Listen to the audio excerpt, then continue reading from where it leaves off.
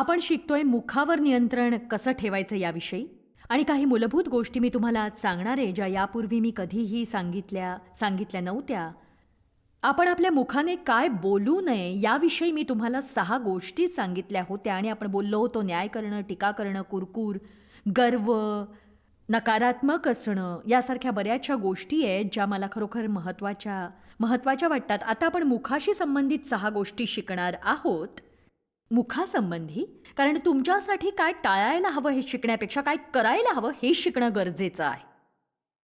मला वाटतं की पुष्कळदा आपण स्वतःलाच हरवतो, कारण आपण आपलं लक्ष आपल्या चुकांवर केंद्रित करून त्या न करण्याच्या संघर्षात जे योग्य आहे तेच करत नाही. उदाहरणार्थ, जर मी इतरांचं भलं करण्यावर माझं लक्ष केंद्रित केलं, लोकांना मी प्रोत्साहन देत राहिले, मदत केली त्यांना, तर आपोआप माझ्या जीवनातला स्वार्थीपणा मी दूर ठेवू शकते. रोज उठून स्वार्थी न होण्याचा आटोकाट प्रयत्न करण्याऐवजी मी जे काही चांगलं आहे ते करण्यावर लक्ष केंद्रित करते, कारण आपण बऱ्याने वाईटाला जिंकतो.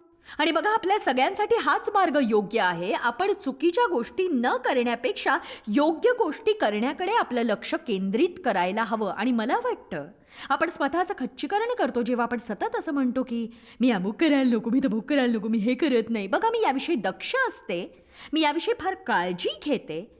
यापेक्षा तुम्ही काय करावं, याकडे अधिक लक्ष द्यावं. मुखावर नियंत्रण ठेवणं तुमच्या हिताचं आहे. या आठवड्यात मी तुम्हाला जे काही शिकवण्याचा प्रयत्न केलाय ते तुमच्या भावी जीवनासाठी खरोखरच मदत करणारं ठरणार आहे आणि तुमच्या रोजच्या जीवनासाठी सामर्थ्यशाली ठरणार आहे. जर तुम्ही त्याप्रमाणे केलं तर सगळ्यांना फायदे जाणून घ्यायचे असतात. तर आता आपण पाहू काही फायदे.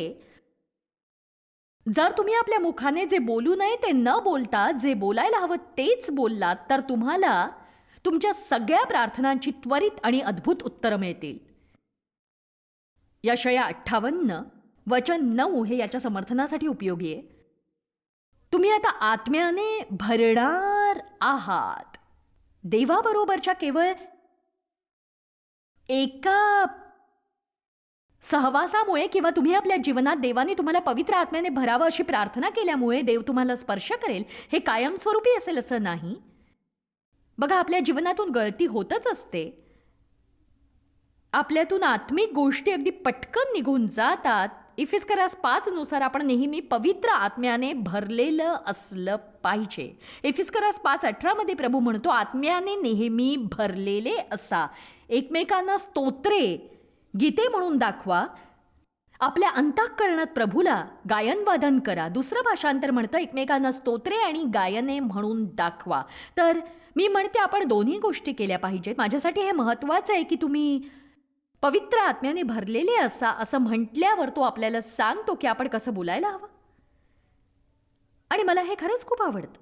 जर तुम्हाला पवित्र आत्म्याने भरायचं असेल तर तुम्ही स्वतःशी योग्य रीतीने बोला, तुम्ही इतरांशीही योग्य पद्धतीने बोला. या विषयावर शिकवण्यासाठी जरी मी भरपूर वेळ घेतला नसला तरी मला असं वाटतं की आपल्या जीवनातली ही खूप महत्त्वाची गोष्ट आहे की याविषयीचा उल्लेख करणं मी टाळूच शकत नाही. ज्या प्रकारे तुम्ही स्वतःशी बोलता, जे शब्द तुमच्या मुखातून स्वतःसाठी निघतात ते शब्द इतके महत्त्वाचे असतात की त्याकडे तुम्ही लक्ष देणं हे खूपच गरजेचं असतं.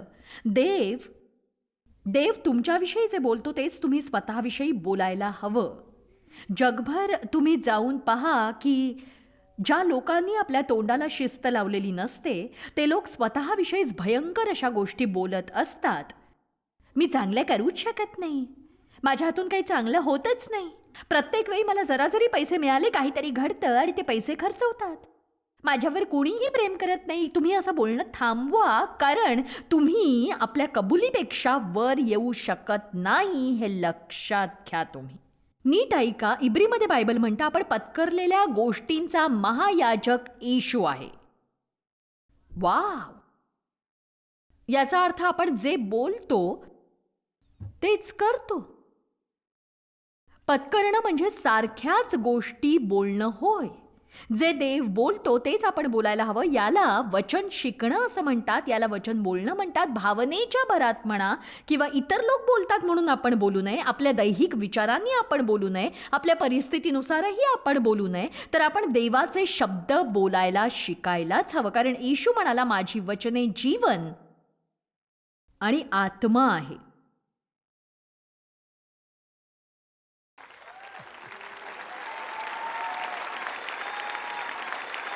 किती जणांना आपल्या स्वभावात बदल झालेला पाहण्याची तीव्र इच्छा आहे? मग तुम्ही तुमच्या जीवनातल्या गोष्टी तशाच राहतील असं समजून बोलणं थांबवा.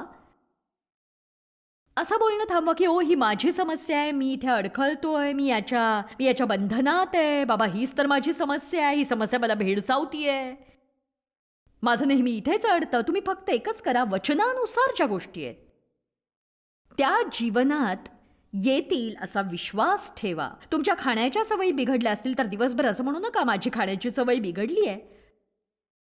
तुम्हाला गोड खायची सवय लागली असेल तर असं म्हणू नका मी एक कुकी खाल्ली की 12 फस्त होतात, कळलं? साखरेचं म्हटलं की माझा ताबाच राहत नाही, असं बोलू नका. मी काय म्हणते ते किती जणांना कळतंय, असं बोलणं थांबवा तुम्ही. कारण जेव्हा तुम्ही स्वतःशीच बोलता, स्वतःशी हितगुज करता, तेव्हा ते इतर कोणत्याही बोलण्यापेक्षा अधिक प्रभावशाली असतं. हो, ते किती महत्वाचं आहे हे मलाही तुम्हाला सांगता येणार नाही. म्हणून जर तुम्हाला आत्म्याने भरायचं असेल तर तुम्ही स्वतःशी योग्य प्रकारे बोला. वचनावर मनन कसं करायचं ते शिका. तर पवित्र आत्म्याने भरलं जाणं हा मुखावर ताबा ठेवण्याचा फायदा आहे. आनंदाविषयी तर विचारूच नका तुम्ही. आपलं मुख योग्य गोष्टींसाठी जर आपण वापरलं तर तुमचा आनंद वाढतच जाईल. काही जण स्वतःच्याच बोलण्याने स्वतःलाच निराश करत असतात. तुम्हाला सैतानाची किंवा अन्य कुणाचीही मदत घेऊन स्वतःला निराश करण्याची निश्चितच गरज नाही, कारण तुम्ही स्वतःला निराश करण्यात पटाईत बनता. नीतिसूत्र 18 बघूया. जिभेच्या हाती मरण आणि जीवन दोन्ही आहेत. या वचनाच्या आधीच्या वचनात आणि या वचनातही तेच सांगितलंय. वचन 20:21 आपण वाणीचं फळ खातो. मनुष्याला आपल्या वाणीचे पीक भोगले पाहिजे, मग ते बरे असो किंवा वाईट. म्हणून मी पुन्हा सांगेन, तुम्ही स्वतःलाच खचवत असता किंवा निराश करता किंवा स्वतःला उत्तेजन देत असता, स्वतःला स्फूर्ती देत असता. तुम्हाला कसं वाटतं यावर तुमचं नियंत्रण असतं, हे ठाऊक आहे तुम्हाला? उठून असं म्हणायची गरज आहे मला निराश वाटतंय, दिवसभर मला निराशच वाटणार आहे. बऱ्याचदा जेव्हा तुम्ही सकाळी उठता तेव्हा तुम्हाला तेवढं उत्साही वाटत नाही, सगळं काही योग्य दिशेने घडण्याच्या बेतात असतं, पण तुमचं मात्र सुरू होतं, ओ मला निरुत्साही वाटतंय, अगदीच उदास वाटतंय, इतकं कंटाळवाण वाटतंय, अगदी निराश वाटतंय. काय होईल जर तुम्ही उठून असं म्हणालात की प्रभूचा आनंद माझी ताकद आहे, मी निराशेत दिवस घालवणार नाही, माझ्या फायद्याच्या गोष्टींवर मी लक्ष केंद्रित करीन, मी योग्य तेच बोलीन. चला आपल्या जीवनासाठी लढा. सैतानाला तुमच्या जीवनात वाव देऊ नका. तुमच्या मुखातल्या शब्दांशी लढा द्या तुम्ही. मी जे तुम्हाला सांगते ते महत्वाचं असेलही, पण त्याहीपेक्षा महत्वाचं आहे तुमचं स्वतःशी बोलणं. आणि म्हणूनच तुम्ही याची काळजी घ्या. तुम्ही स्वतःशी काय बोलता ते बघा. काही जणांना प्रकाश मिळाला असेल. तुम्ही म्हणाल पण माझा मूड नेहमीच असतो वाईट. किती जणांच्या लक्षात येते मी काय म्हणते ते? जेव्हा तुम्ही आपल्या मुखावर ताबा ठेवता तेव्हा तुम्ही सैतानासाठी दार बंद करता. म्हणून देव उपयोगात आणू शकेल असं बोलून सैतानासाठी दार बंद करा तुम्ही. खास करून जेव्हा तुम्ही तक्रार किंवा कुरकुर करायला किंवा दोष काढायला नकार देता तेव्हा योग्य ते बोलल्यामुळे तुम्ही लवकर बरे होता. आणि बायबल असं म्हणतं की तुमच्या मुखातल्या शब्दांमध्ये आरोग्य देण्याचं सामर्थ्य आहे. यशया 58 मध्ये याविषयी सांगितलंय. तेव्हा चांगलं तेच बोलण्यातले अनेक फायदे आहेत. आता आपण आत्मिक परिपक्वतेची लहानशी चाचणी घेऊ. 1 मिनिटासाठी ही चाचणी घ्यायला किती जण तयार आहेत? तुम्हाला ती आवडो ना आवडो, आपण ती घेणारच आहोत. 1 कोरिन्थ अध्याय 3 वचन 1. तुम्ही एवढंच करा, एखाद्या व्यक्तीचं बोलणं ऐकून ती किती आत्मिक आहे ते ठरवा. आत्मिकता यावरून ठरत नाही की तुम्ही आपलं बायबल किती अधोरेखित करता किंवा किती ख्रिस्ती दागिने घालता किंवा आपल्या कारवर किती वचनं लिहिता किंवा किती वेळा चर्चला जाता. या सगळ्या गोष्टींवरून तुम्ही एखाद्याच्या आत्मिकतेविषयी एकही गोष्ट सांगू शकत नाही. लोकांची जर खरी ओळख व्हायची असेल तर तुम्हाला त्यांना सर्व परिस्थितीत पाहायला हवं. त्यांच्या परीक्षेत त्यांना पहा. त्यांना हवं ते मिळत नाही तेव्हा त्यांना पहा.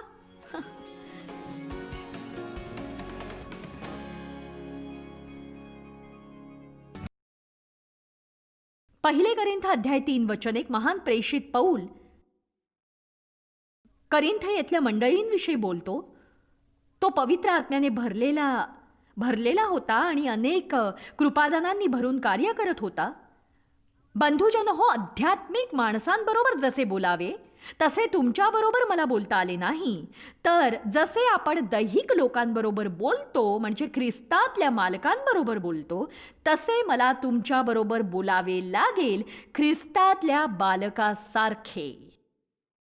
आता हे मला खूप मनोरंजक वाटतं. विस्तारित बायबलशिवाय तुम्हाला हे कुठेही मिळणार नाही. तो पुढे म्हणतो, मी तुम्हाला दूध पाजले, जड अन्न दिले नाही, कारण त्यावेळेस तुम्हाला तेवढी शक्ती नव्हती आणि ती शक्ती तुम्हाला अजूनही आलेली नाही, कारण तुम्ही अजूनही दैहिकच आहात. तुमच्यामध्ये देह स्वभाव आहे.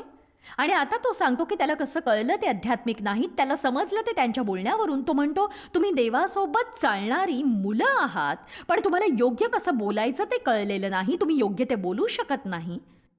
मग तो म्हणतो, आत्ता मला कळलं तुम्ही आत्मिक नाही, कारण तुम्ही आपल्या दैहिक विचारांखाली जगता. दुसऱ्या शब्दात ते लोक दैहिक भावनेने प्रेरित होऊन बोलत होते आणि मनानेच जीवन जगत होते. तर ज्या अर्थी तुमच्यामध्ये हेवा आणि कलह आहेत, मतभेद आणि फुटी आहेत, भांडणं आहेत, त्या अर्थी तुम्ही देहाने चालणारे आहात की नाही, मनुष्याच्या रीतीप्रमाणे तुम्ही वागता की नाही, परिवर्तन न झालेल्या माणसांसारखे. स्वतःचं बोलणं ऐका, मग तुम्हाला तुमची स्थिती कळेल. असं बोलू नका की मला ते म्हणायचं नव्हतं, मी थट्टा करत होतो, मी मस्ती करत होतो. तुम्ही आपल्या शब्दांबद्दल जबाबदार राहायला शिका, कारण तुमच्या मुखातून ते शब्द निघण्यापूर्वी ते तुमच्या हृदयात होते आणि तुमच्या मुखातून ते निघण्यापूर्वी काही काळ त्याने तुमच्या हृदयात मुक्काम केला होता आणि मग ते बाहेर निघाले, मग ते बाहेर आले. तुमच्या मुखातून कटू भाषण निघतच असतं. कधी द्वेषाने भरलेले शब्द निघत असतात. जेव्हा इतर लोकांना तुमच्या देखत आशीर्वाद मिळतो तेव्हा तुम्ही सुखावून जाता का? अगदी खरं सांगा. तुम्हाला कसं वाटतं आणि तुम्ही काय बोलता जेव्हा इतरांना आशीर्वाद मिळतो तेव्हा? तुमच्या मुखातून निघणारे शब्द प्रगट करतात तुमचं खरं व्यक्तित्व, आणि तुमच्या तोंडून विश्वासाचं किंवा भीतीचं बोलणं निघत असतं, कधी नम्रतेचं किंवा गर्वाचंही, प्रेमाचं, स्वार्थीपणाचं, लोभाचं. तुम्ही स्वतःला ओळखायला हवं, इतरांनाही तुम्ही ओळखायला हवंच. एखाद्याशी जवळचं नातं प्रस्थापित करण्यापूर्वी ते लोक कसं बोलतात याकडे तुम्ही विशेष लक्ष द्यायलाच हवं, हे लक्षात घ्या.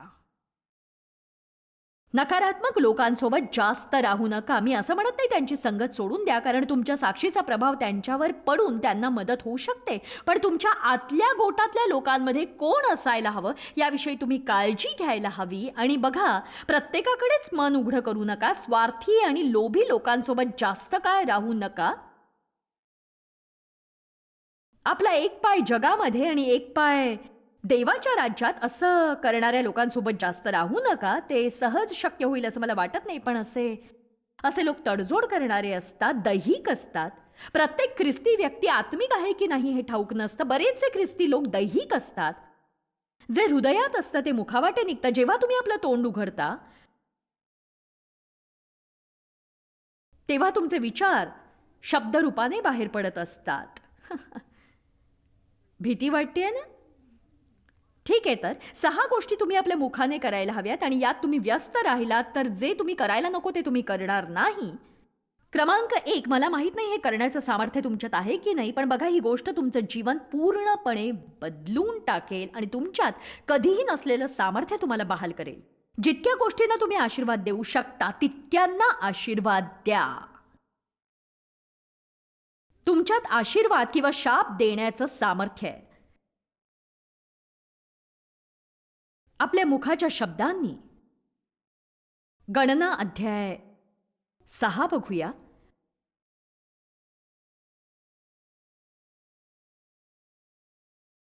मी या वचनाचा अभ्यास करत असताना मला एक मोठं प्रकटीकरण झालं. जेव्हा मी सकाळी उठते तेव्हा मी एक गोष्ट बोलते, देवा, मी हा दिवस येशूच्या नावाने आशीर्वादित करते. मी माझ्या पतीला आणि माझ्या मुलांना आशीर्वाद देते, माझ्या नातवांना आशीर्वाद देते, माझ्या जावयांना आणि माझ्या सुनांना आशीर्वाद देते. मी स्वतःला येशूच्या नावाने आशीर्वाद देते.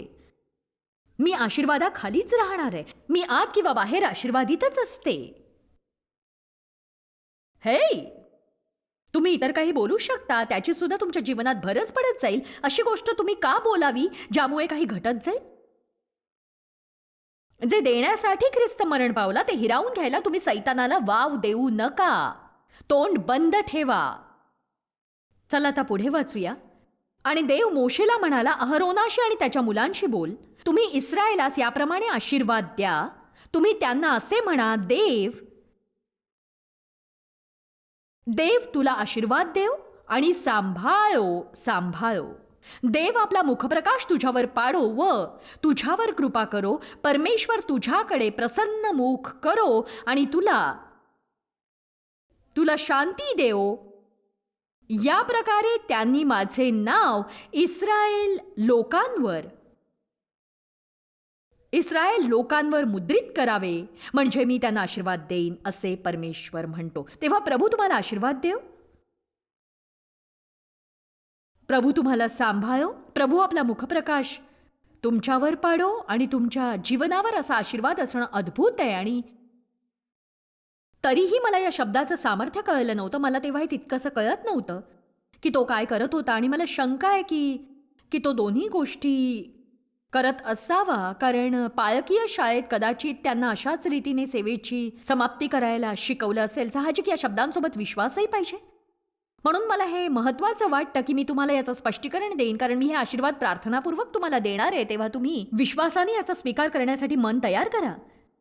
आणि विश्वास बाळगा हा तुमच्या जीवनाला कलाटणी देणारा टप्पा आहे, कारण मला खात्री आहे सर्व शापांवर अधिकार गाजवण्याचं सामर्थ्य आपल्यात आहे. आणि ज्या चुकीच्या गोष्टी तुमच्या विरोधात बोलल्या त्यांना तुम्ही या प्रकारे रोखू शकता.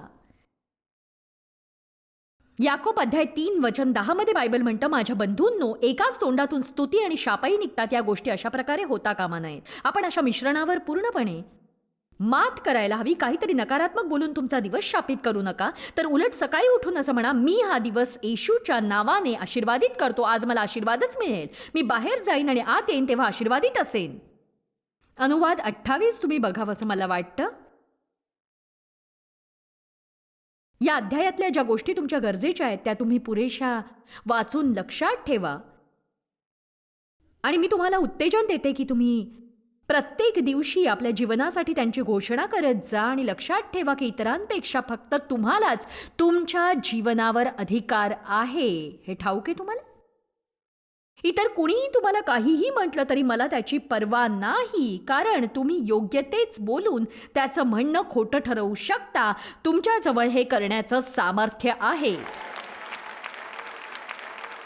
मी जेव्हा मोठी होत होते तेव्हा माझे वडील माझ्याशी नकारात्मक गोष्टी बोलायचे आणि मी त्यांच्या शापाखाली जगत होते.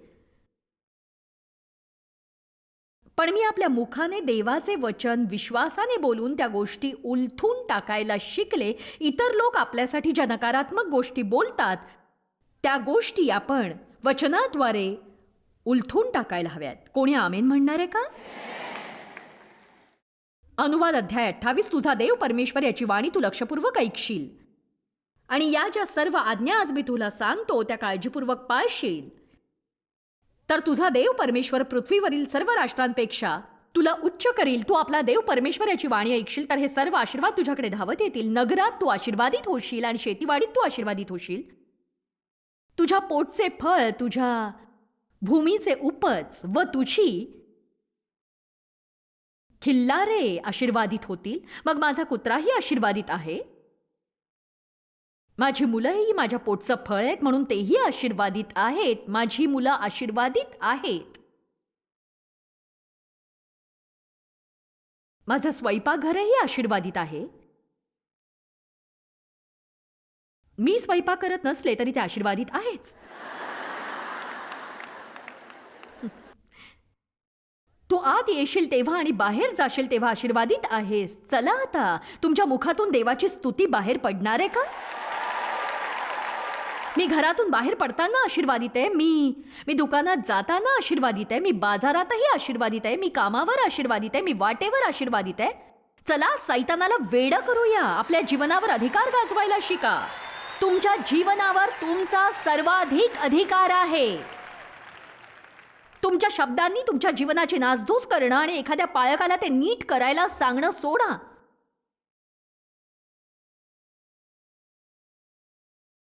आजवर तुम्ही म्हणू शकत होतात की मला ठाऊक नव्हतं, पण आता तुम्हाला तसं म्हणता येणार नाही. तुझ्यावर चढाई करणारे शत्रू तुझ्या पुढे मार खातील असे परमेश्वर करील. ते एका वाटेने तुझ्यावर चालून येतील, पण 7 वाटांनी पळून जातील म्हणून घाबरू नका. तुझ्या धान्याच्या कोठारांना परमेश्वर बरकत देईल. म्हणजे बघा, माझं बँक खातं आशीर्वादित आहे, माझं सेव्हिंग अकाउंट आशीर्वादित आहे, मी केलेली गुंतवणूक आशीर्वादित आहे, जिथे मी राहते ते घर आशीर्वादित आहे. जे काही मी हातात घेते ते आशीर्वादित आहे. आणि तुम्ही पुढे जरा वाचलत तर वचन 11, परमेश्वर तुझ्या पोटचे फळ व तुझ्या भूमीचे उपज यांची अभिवृद्धी करील. मी कष्ट घेते आणि देव ते आशीर्वादित करतो. तो आणखी काही गोष्टी इथे सांगतोय, मला हे आवडतं. हे ऐका, वचन 13, परमेश्वर तुला पुच्छ नव्हे तर मस्तक करील, तू खाली नव्हे तर वर राहशील.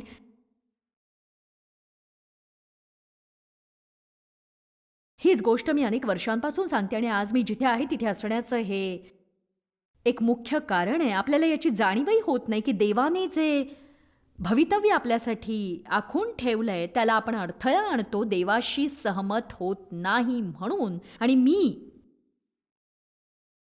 बघा, मी आजच्या दिवसाला आशीर्वाद देते. मी बाहेर जाते किंवा आत येते तेव्हा आशीर्वादित असते. माझी मुलं, माझा पती आशीर्वादित आहे, माझं शरीर, माझा कुत्रा, माझं घर आणि माझी भूमी, सगळं काही आशीर्वादित आहे. माझी सेवा आशीर्वादित आहे.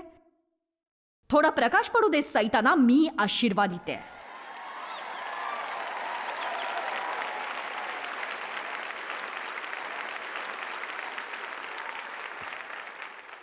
ठीक आहे. दुसरी गोष्ट अशी, आपण आपल्या मुखाला नेहमी व्यस्त ठेवायला हवं. आणि बघा, ही काही नवी बातमी नाहीये, पण तरीही आपण ही गोष्ट पुरेशी करत नाही, खरंच नाही करत. स्तोत्रसंहिता अध्याय 104 मध्ये बायबल म्हणतं की परमेश्वराचा धन्यवाद करा सतत. सतत त्याचे उपकार स्मरण करा. सतत सतत आपण त्याचा धन्यवाद करायला हवा. सतत सतत. बरेच जण म्हणतात की माझं हृदय आभार मानणार आहे. मग आपलं तोंडही उघडा. लोकांना सांगा त्यांनी जे केलं त्याबद्दल तुम्ही आभारी आहात. देवालाही सांगा तुम्ही त्याच्या प्रत्येक गोष्टीबद्दल किती कृतज्ञ आहात. रोज सकाळी 5 ते 10 मिनिटं वेगळी काढून जे जे तुम्हाला आठवतंय त्याबद्दल धन्यवाद द्या तुम्ही. गरम पाण्याबद्दल, उत्तम भोजनाबद्दल, तुमच्या डोक्यावर असलेल्या छपराबद्दल, बिछाण्यावरून व्हीलचेअर किंवा कुबड्यांशिवाय उतरता येतं म्हणून, आणि तुम्हाला कोणताही आधार न घेता चालण्याचा आशीर्वाद मिळालाय म्हणून तुम्हाला मिळालेल्या प्रत्येक आशीर्वादाबद्दल देवाचे आभार माना. देवाने आपल्याला आभार मानायला तोंड दिलंय, देवाविरुद्ध कुरकुर करण्यासाठी ते दिलेलं नाही. हे लक्षात घ्या तुम्ही. लोकांनी आपलं हृदय, मन आणि मुख देवाविषयीच्या कृतज्ञतेने भरलं तर काय होईल याची कल्पना आहे का तुम्हाला? सांगा मला. 1 थेसलोनिकरास अध्याय 5 वचन 18, प्रत्येक परिस्थितीत देवाचा धन्यवाद करा, उपकार माना आणि काय? आभार माना. आणि आभार जाहीर करा, कारण ख्रिस्त येशूमध्ये तुमच्या बाबतीत परमेश्वर पित्याची हीच सार्वभौम इच्छा आहे. वचन 19, पवित्र आत्म्याला खिन्न म्हणजेच नाखुश करू नका. आता बघा, पवित्र आत्म्याला खिन्न करणं म्हणजे त्याला अडवणं. जर मी धन्यवाद देणं सोडून कुरकुर आणि तक्रार करू लागले, माझे प्रश्न सुटण्याची वाट पाहताना, तर मला कुरकुर करण्याचा आणखीन मोह होईल. बघा, तुम्ही जितकी वाट पाहाल तितकीच जास्त कुरकुरही कराल. वाट पाहताना एक गोष्ट जी मी शिकले ती ही की प्रत्येक वेळी ती माझ्या मनात घुमते. सैतान तुमच्या कानात येऊन असं म्हणाला की बघ, तू या गोष्टीसाठी 10 वर्षापासून झुंजतोयस. देवाने मला काय शिकवलं ते ऐका. आपलं तोंड उघडून म्हणा, प्रभू तुझ्या कार्याबद्दल धन्यवाद. तुझ्या कार्याबद्दल धन्यवाद. मला ते दिसत किंवा जाणवत नसलं तरी तू कार्य करतोयस आणि अचानकपणे तू माझ्यासाठी केलेल्या कार्याचं फळ मला पाहायला मिळणारच आहे. किती जणांना ठाऊक आहे देव आत्ता या क्षणी तुमच्या जीवनात कार्य करत आहे?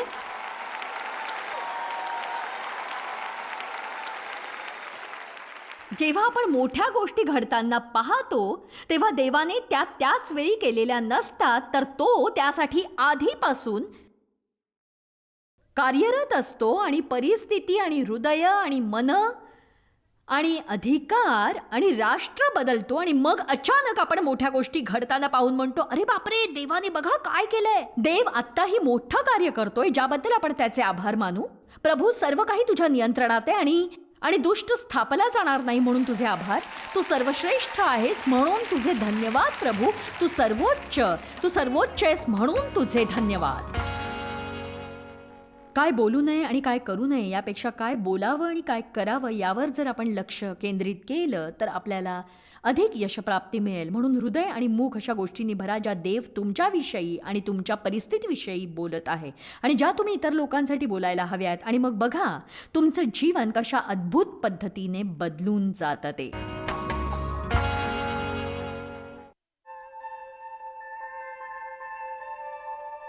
आम्ही तुमची प्रशंसा करतो. जगभरामध्ये हे सेवा कार्य शक्य करण्यासाठी आम्ही आमचे मित्र आणि भागीदार यांचे आभारी आहोत. एकत्रपणे आम्ही भुकेलेला अन्न पुरवितो, गरिबांना वस्त्र पुरवितो आणि राष्ट्रांना सुवार्ता सादर करतो. कृपया आमच्याशी संपर्क साधा किंवा भेट द्या tmmindia.org वर. आजच तुमच्या प्रार्थना विनंत्या सादर करा. आमच्या इतर साधनांची माहिती मिळवा, जॉयच्या सभेचे वेळापत्रक पहा आणि आमच्या बरोबर सहभागी व्हा. आम्ही येशूची प्रीती जगभरात वाटतो. दाखवण्यात आलेला कार्यक्रम जॉयस बार मिनिस्ट्रीचे मित्र व भागीदार यांच्याद्वारे केला आहे.